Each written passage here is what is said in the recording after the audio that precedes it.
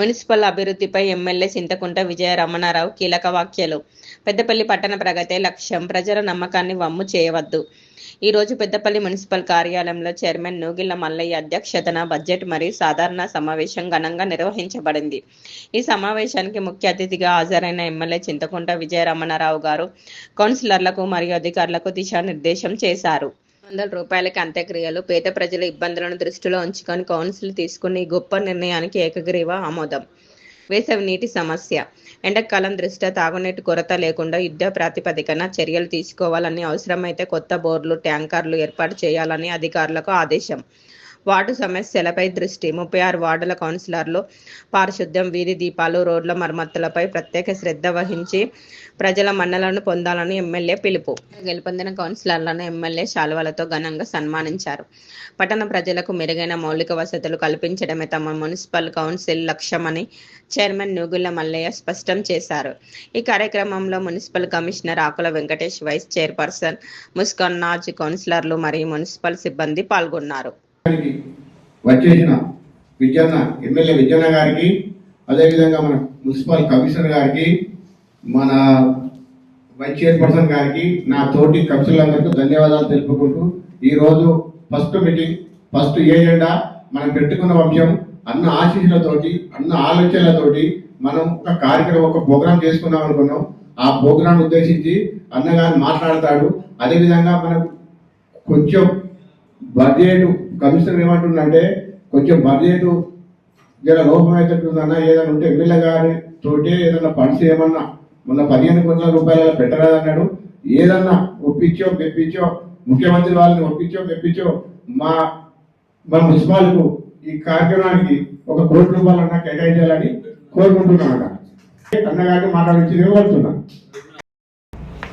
Municipal council సమావేశంలో budget chairman గౌరవ నూగిళ్ల మల్లన్న గారు మరి వారి అధ్యక్షతన జరిగినటువంటి సమావేశంలో బడ్జెట్ను ఆమోదించుకోవడం జరిగింది. దాంతోపాటు పెద్దపల్లి మున్సిపల్ పరిధికి సంబంధించి మరి రాబోయే రోజుల్లో ఫస్ట్ సమావేశం కాబట్టి మరి మొన్ననే నూతనంగా గెలిచి ఈరోజు ఫస్ట్ సమావేశంలో పాల్గొన్నటువంటి వైస్ చైర్మన్ గారికి, కౌన్సిలర్లకు కూడా శుభాకాంక్షలు తెలియజేసుకుంటూ మరి ఈ 500 రూపాయలకే ఏది దాన సంస్కార కార్యక్రమాన్ని విజయదశమి నుండి స్టార్ట్ చేద్దాం. అప్పటి వరకు నిధులు ఎట్లా సమీకరించి దాంతోపాటు ఇవాళ మనం దగ్గర 77.5 కోట్లు టెండర్లు ఇచ్చినాం. అవన్నీ కూడా అప్రూవ్ అయినాయి. మీకు తొందరలోనే ఒక 15 రోజుల ఈ నెల ఎండింగ్ల 13th అంటే ఏప్రిల్ ఫస్ట్ వీక్లో సీసీ రోడ్లు కానీ, డ్రైన్ కానీ, అండర్ గ్రౌండ్ డ్రైనేజ్ రోడ్లు మరి మ్యాక్సిమం స్టార్ట్ చేసేటువంటి ఆలోచన చేస్తూ ఉన్నాం. పెద్దపల్లి పట్టణంలో నాకు తెలిసి దాదాపుగా ఈ నిధులన్నీ మనం ఖర్చు పెట్టుకోగలిగితే రాబోయే 6 నెలల నుండి సంవత్సర కాలంలో దాదాపు వర్క్స్ అన్నీ అయిపోతాయి.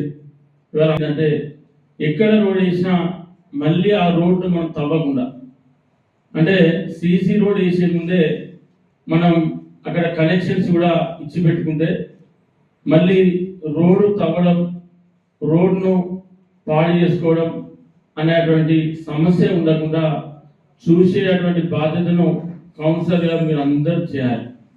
అది మీ గురుతర బాధ్యత.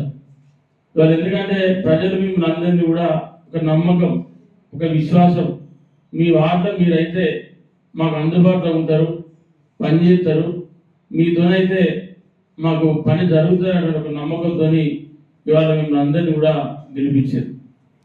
మనం గెలిపించినటువంటి విషయాన్ని దృష్టిలో పెట్టుకొని నమ్మకాన్ని ఒమ్ము చేయకుండా, మరి ఏదైతే ప్రజల వల్ల ఒక నమ్మకం నుంచి మిమ్మల్ని ఇక్కడికి పంపించిందో ఆ నమ్మకాన్ని ఒమ్ము చేయకుండా మీరంతా కూడా మళ్ళీ 5 సంవత్సరాలకు కూడా వీళ్ళే మా కౌన్సిలర్ ఉండాలి, మా వార్డులో ఈయనైతేనే మాకు కరెక్ట్ అనే విధంగా మీరు పనిచేయాలని చెప్పి మనస్ఫూర్తిగా కోరుకుంటూ సెలవు తీసుకుంటాం.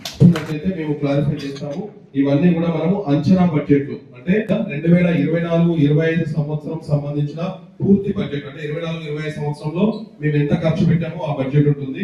తర్వాత 25-26 సంబంధించిన బడ్జెట్ ఎస్టిమేట్, అంటే లాస్ట్ ఇయర్ మేము ప్రత్యేక అధికారి ఏసీఎల్బీ గారి ఆధ్వర్యంలో తీసుకున్నటువంటి బడ్జెట్ సంబంధించిన డీటెయిల్స్ ఉంటాయి. దాని తర్వాత మనం యాక్చువల్ ఇన్కమ్ అంటే 2025-26 సంబంధించి డిసెంబర్ 31 వరకు మనము ఎంత ఇన్కమ్ వచ్చింది, ఎంత ఎక్స్పెండిచర్ అనేది నెక్స్ట్ కాలంలో ఉంటుంది. దాని తర్వాత మనకు రివైజ్డ్ బడ్జెట్, అంటే మనము కొన్నింటికి తక్కువ ఖర్చు అవుతాయి అనుకుంటాం, కొన్నింటికి ఎక్కువ ఖర్చు అవుతాయి అనుకుంటాం.